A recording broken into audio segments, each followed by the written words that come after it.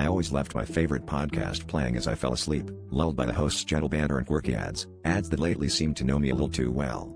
Last week, they started pitching products I'd never mentioned aloud but I definitely obsessed over late at night: a vintage camera, a velvet armchair, even the exact brand of herbal tea I drank when I couldn't sleep. At first, I chalked it up to creepy algorithms and shrugged it off, but I kept listening, half curious, half nervous to hear what might come up next. If you stay with me, you'll understand why I can't ever listen again, and why I haven't slept since. It was around 2 a.m. when I tried to skip yet another unnervingly spot-on ad. As my finger hovered over the skip button, the podcast glitched, static tearing through my earbuds, before the host's voice slid back in, suddenly slow and cold. "Don't skip ahead, Jamie. You remember what happened last Thursday, don't you?" My heart slammed in my chest. My name is Jamie, but I'd never shared that with the show. And last Thursday, I had a gap in my memory.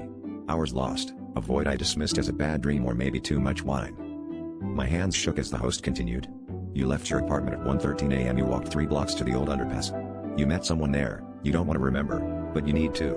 The host's voice deepened, warped, not quite human anymore. I ripped the earbuds out, but the words kept coming, echoing from my phone speakers even though the app was closed. "Jamie, you have to remember. Look under your bed." Something cold and wet brushed my ankle.